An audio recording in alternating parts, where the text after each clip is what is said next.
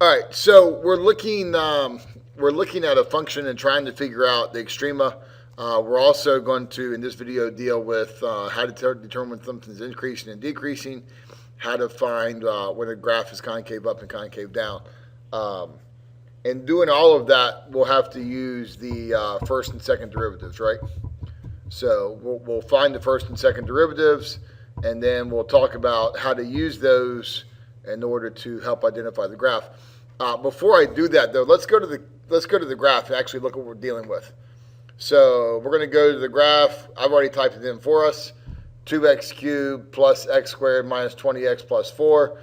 I want to bring that up and look at kind of what it is we're seeing, and then how we're going to use the first and second derivatives to get us the answers. Let's take a look. All right, so there's one extrema, and then there's another one up here. So let's go ahead and increase that y value. We'll make it a little bit larger. Hopefully we'll be able to see it. Almost. At some point, I'm tempted to just type in like 100. If that don't work, try 1,000. All right. So there's two types of extrema, and I haven't really talked about it much in this class, but there's what we call absolute and what we call relative. Okay, so that everybody understands the difference. In this case, these values are what I would call relative maxes and relative mins. And the reason why I say it's a relative max is this is not the highest point on the entire graph. There's actually a point over here much larger than that. It's just that in this little area, this is the highest point. So we call that a relative max. In this area here, we would call that a relative min. Does that make sense? If I look at something like, x to the fourth minus 2x cubed plus 3x squared, 3x squared minus x plus 2. Just stopping that one for a second and graphing this one. Okay. What I'm seeing here is that somewhere in here we have an absolute min. Does that make sense? Because it's the lowest point on the entire graph. Okay, it would be the lowest point on the entire graph there. So, and this may actually have two mins and a max. Okay, it's possible that the graph comes down, goes up, comes down, goes back up. Does that make sense? You can't see it very clearly here because of the window and the scale, but it could go down, up, up. And at what point, one of those would be an absolute min, one of them would be a relative min, the lowest point being the absolute min. All right? Does that make sense? So know that when we talk about extrema, we're talking about either a relative value, meaning highest or lowest in that interval, or an absolute, meaning it's the highest or lowest over the entire graph. All right. So we'll get rid of this one that I just created, and we'll go back to this one. And so the question that we have then becomes, how do I find this point and this point? Where on the calculator, it's not too hard. You would do second calc, you would do maximum, and it would ask you to put it on the left side, so you'd go to the left of this hump. It would ask you to move to the right side, so you go to the right of that hump. It would ask you to make a guess, you press enter, and it would give you this number as -2. Okay? And then you would say, oh, well, that's just the maximum point then. It's -232. Does that make sense? But if we don't have the calculator, how do I take this function and identify that -2 is a point that is a possible max or min value? And then even more, once I know -2 is a possible max or min, how do I figure out whether it's a max or min? Does that make sense? And then how do I find it? So here's the way you do it. you start with f prime. All right, we're going to start with f prime of x. We're going to say that that is, now remember, this is straight product rule, right? Nothing really fancy here. The 3 drops down, the 2 drops down, this 1 drops down, this will go away. And so what we get for f prime is 6x squared plus 2x minus 20. Do we agree? Our next step is to set this equal to 0. Right? So we got f prime x is equal to, taking out the 2, we'll get 3x squared plus x minus 10 is equal to 0. Yes? Which is f prime of x is equal to 2. Now we got a factor, so 3x. We're trying to get to plus 1. So we're going to go 3x minus 5x plus 2.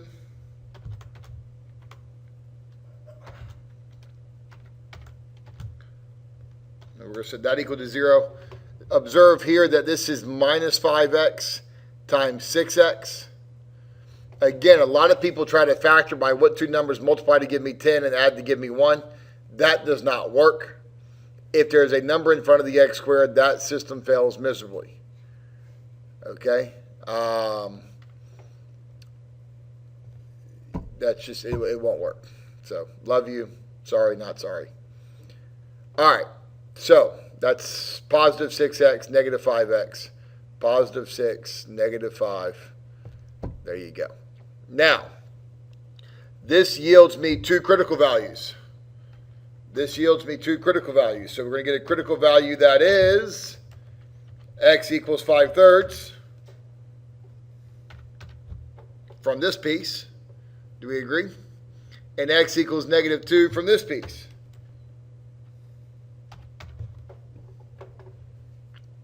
Does everybody agree on that? Setting each one equal to 0. Now, this only gives me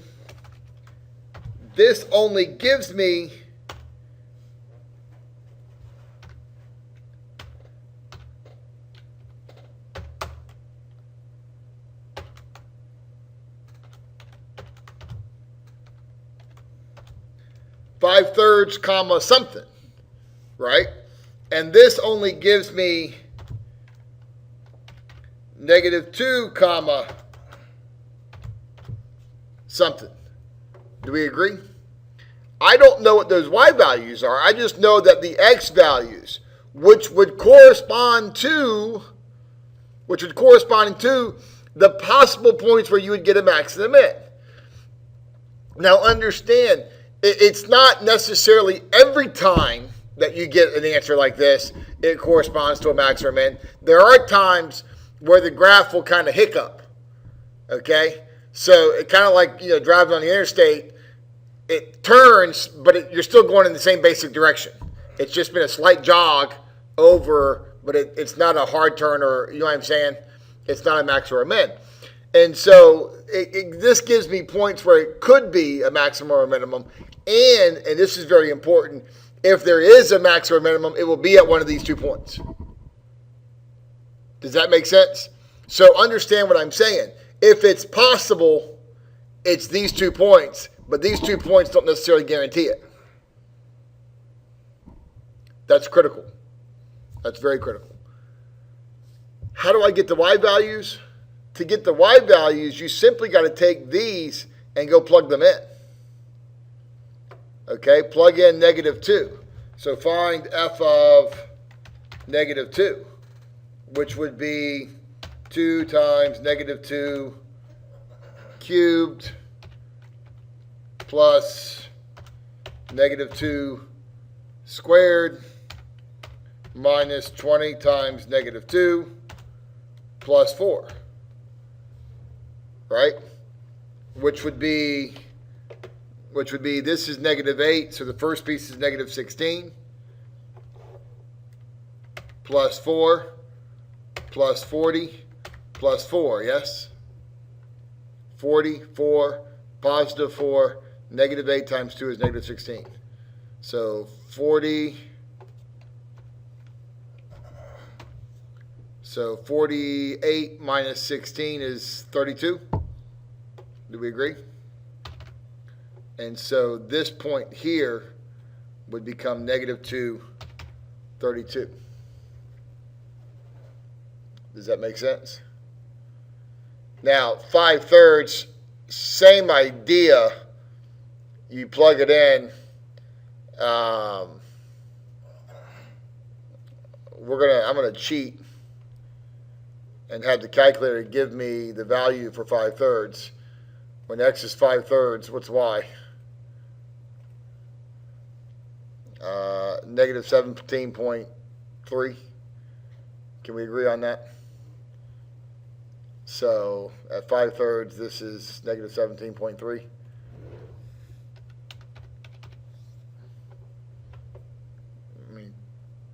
I don't feel like going through and doing the whole damn thing the same way I just did this. Negative 2 is not too bad. 5/3 sucks. Okay. Now, what are the extrema now? What are the extrema? We know based on the fact that this is x cubed that the graph starts down, goes up, and then starts down and ends up. Yes. That motion pointer there sucks. Let me go here. We know by virtue of the fact that we have x cubed. We know by virtue of the fact that we have x cubed that on the right side of this graph, the graph goes up, right?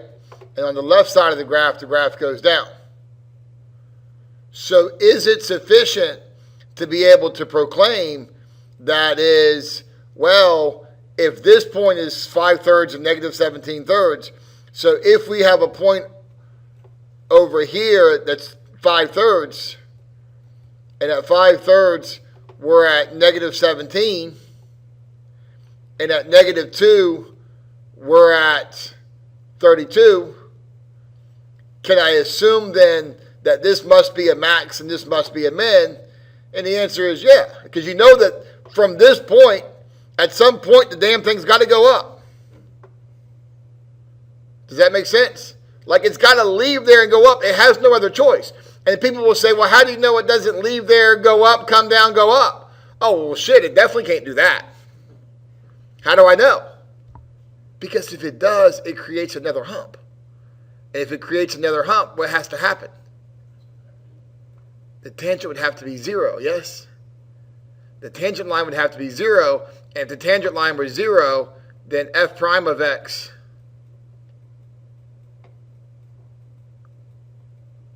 would be equal to 0 at these 2 points as well. Does that make sense? So that's how I know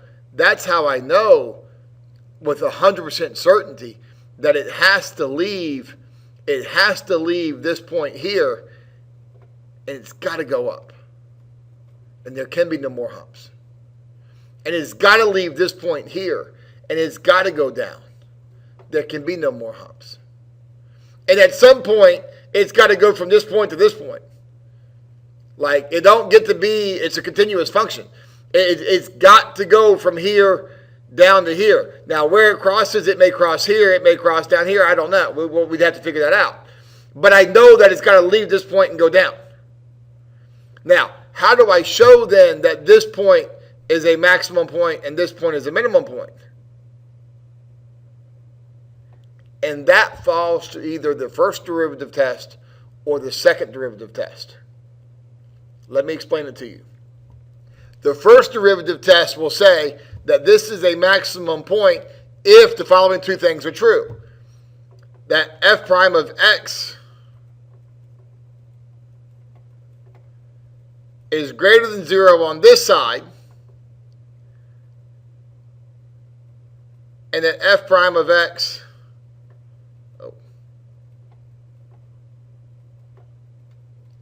is less than 0 on this side. That would tell me that that's a maximum point. Why? Because f prime of x, which is a tangent line, is Positive on this side meaning it's increasing, and it's negative on this side meaning it's decreasing.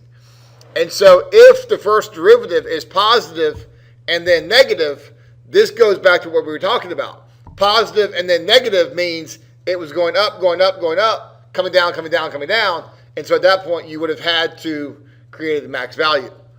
So it would suffice then to figure out whether or not the first derivative is positive or negative. Now, how do we tell that? That is where we went back to, if you remember, that is where we went to, and we'll just do it right here. I'm going to do the very best I can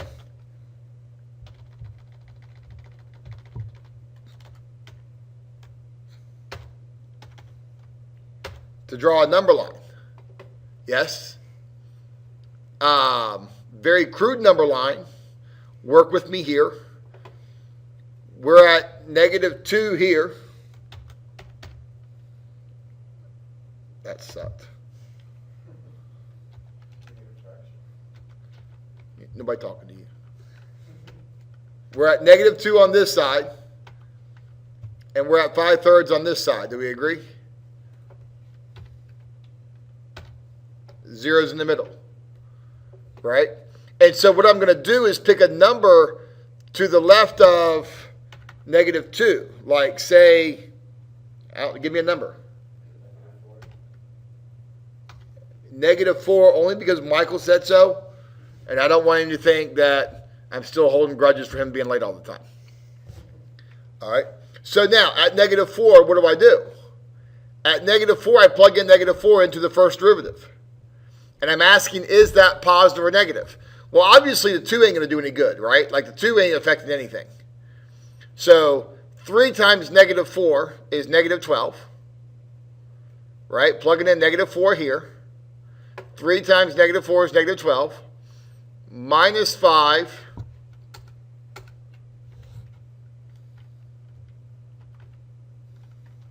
so it's 2 times this piece. 3 times -4 is -12, minus 5 is -17. Do we agree? So that piece is going to be a negative number. Do we agree?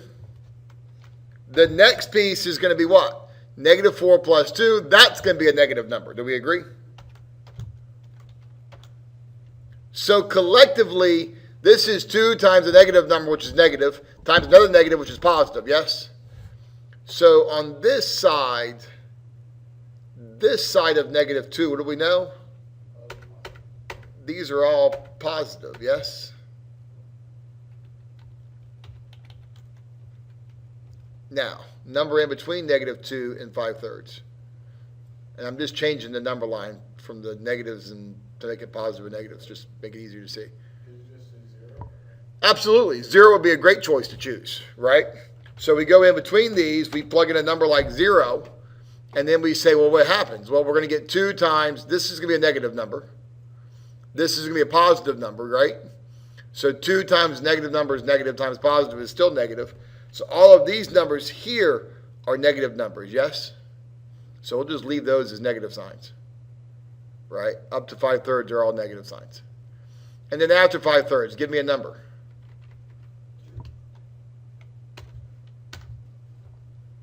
5/3 is 1 2/3. So you just got to get a number past 1.67. So 2 is fine. Plug it in 2. 3 times 2 is 6. Minus 5 is 1. 2 plus 2 is 4. That's positive. This is positive. This is positive. All of these numbers here will be positive. So according to the first derivative test, the graph is increasing from -infinity to -2 and from 5/3 to infinity. Or excuse me, that's not the first derivative test. The graph is increasing to the left of -2, is decreasing to the right of -2. So at that point, that makes -2 a maximum value. Increasing, decreasing, maximum value. Does that make sense? Over here, decreasing, going down, increasing, going up, that makes 5/3 a minimum value. Does that make sense? I mean, this is deep. This is really intense stuff. All right? And I love you. I just want you to know that. Okay? Go to Perkins and tell them I said I love you and see if they'll give you a piece of pie for that. All right? So the first derivative says maximum point, minimum point. Okay? When is it increasing? It is increasing from negative infinity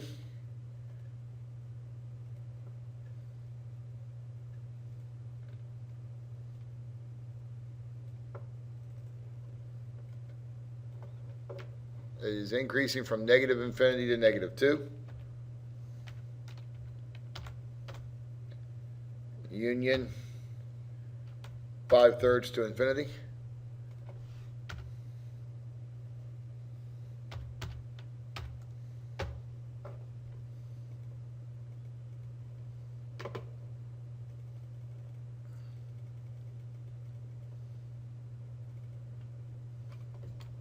Yes. It is decreasing. It is decreasing from negative 2 to 5/3.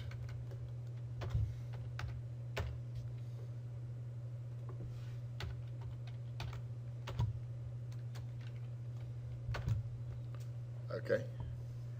Now, how do I figure out when it's concave up and concave down? What's that? It's the second derivative. Second derivative will tell me concavity. So now I'm here, and now I'm finding f double prime.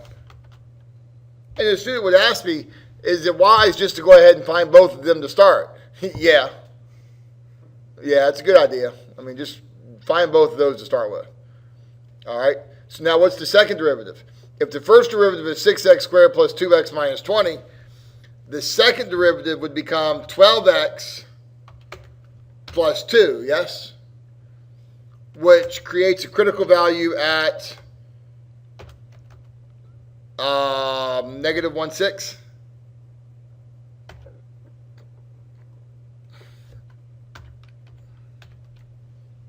Okay? And that point becomes a point of inflection, meaning it's where the graph will change from concave up to concave down. And so now what you do to figure out concave up and concave down, you look at a different number line. So again, I'll draw the number line like this to start with. All right. We're going to come in here at negative 1/6. And then we'll adjust it. Okay. What I'm interested in is the second derivative positive or negative.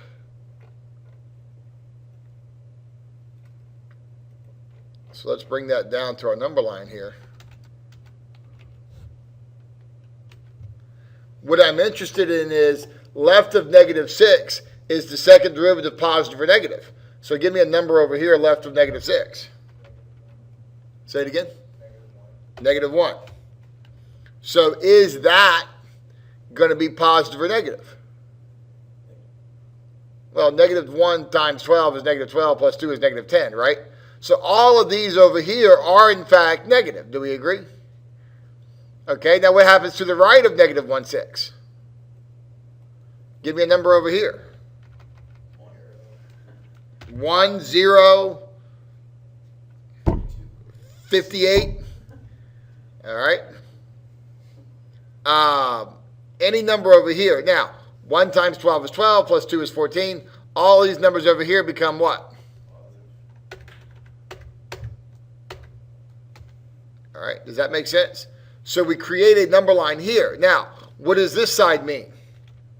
This side means if it's negative, it is concave.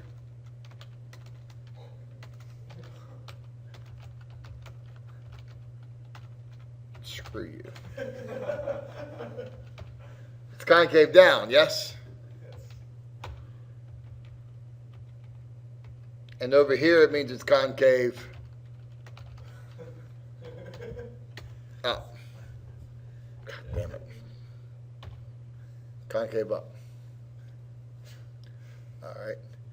Now, how could I show that this negative 2 is a maximum point if I didn't want to go through the process of finding the first derivative test? How do I show that negative 2 is a maximum point? There's a second way to do it. If you plug in negative 2, it suffices to show that the second derivative is negative.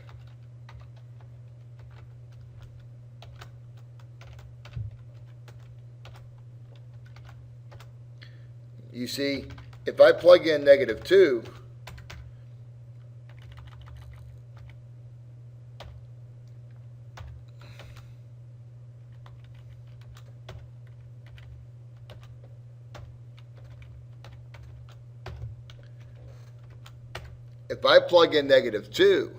and I show that this is equal to a negative number, so that's negative 24 plus 2 is negative 22. By showing that this is a negative number, that proves that at this point, that at negative 2,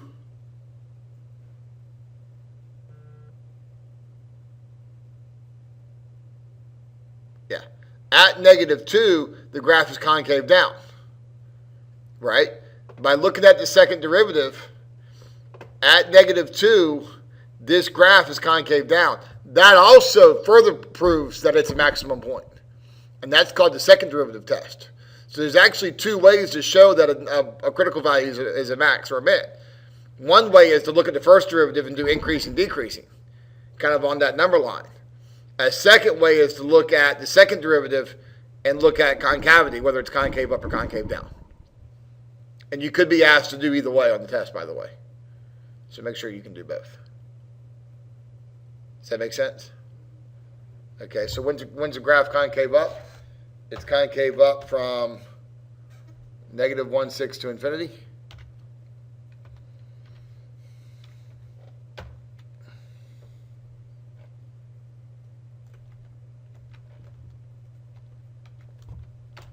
All right, and it's concave down from negative infinity to negative 1/6. What do you think is the easiest or the fastest way to get to figure out what's max? Which one is the fastest way? Probably the second derivative, because it's just a matter of plugging it in and getting concave up and concave down.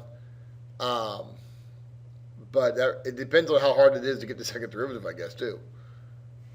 Like, sometimes the first derivative kicks your ass. And then you're going to do the second derivative, because like the second derivative may take you to like the quotient rule or something. And then you could be in a world of hurt. Sorry, not sorry. All right.